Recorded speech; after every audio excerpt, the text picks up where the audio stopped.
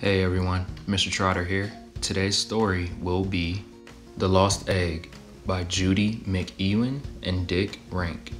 Al had just awakened from his noonday nap when he heard a strange sound. It was a thump. Who was that, he wondered. He looked around from his perch in the trees. No one was in sight. Who? He asked. And then he looked with his sharp owl eyes and saw on the floor of his forest a large white egg. Who? He asked again, but no one answered. So Al flew down to take a closer look. It was indeed an egg, but where had it come from? As Al was studying the big, beautiful egg, Mo popped up from beneath the earth. Whose egg is this? Asked Al. Mo squinted his little eyes and peered at the egg. Maybe it is my egg, he said. Silly Mo, said Al. Mo's don't lay eggs. Oh, said Mo. You are right, Al. So I suppose it cannot be my egg. Whose egg is this? Al called again. Who?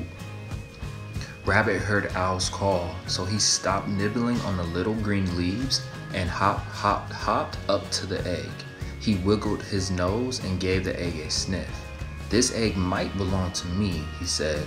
After one more sniff, you know, I bring pretty eggs like this one to children in the spring, and it could be mine.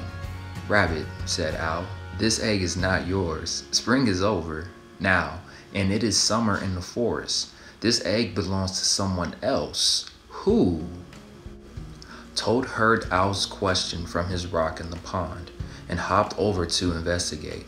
He blinked his large toad eyes and gazed at the egg. Toads lay eggs, he announced. Toads lay eggs in the pond. This egg could belong to me. Al looked down at Toad with his wise owl eyes. Toad, he said, it is true that toads lay eggs in the pond, but this is not your egg. Toad eggs are very tiny. This egg is very large. It is not your egg. After further examination of the big, beautiful egg, Toad announced, you are right as usual, Al. This is not my egg. Squirrel, who had heard the commotion from his favorite tree limb, scampered down and began to jump to and fro around the egg.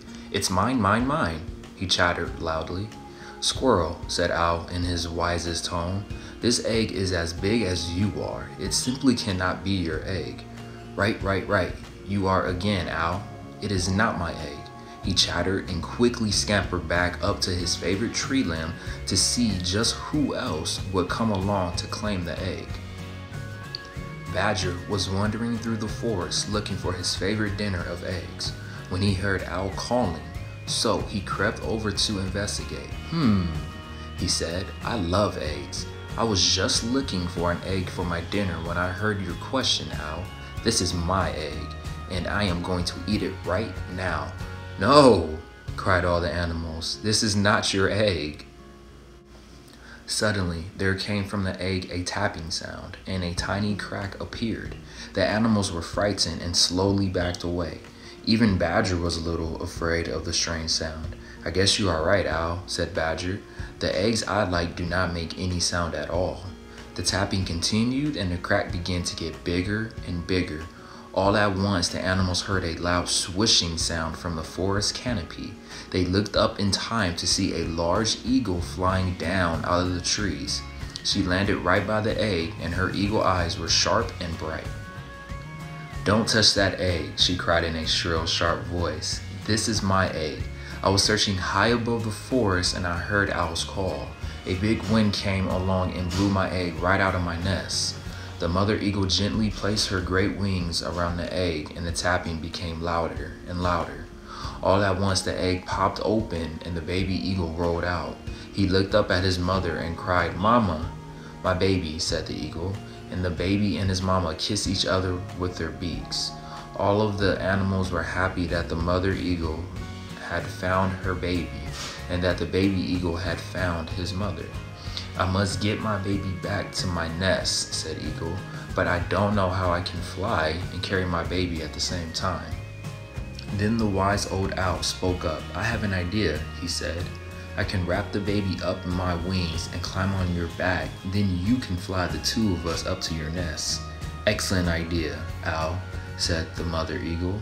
But you must promise not to hurt my baby on the way. I promise, said Owl, and he wrapped the baby eagle in his wings and hopped on the back of the mother eagle.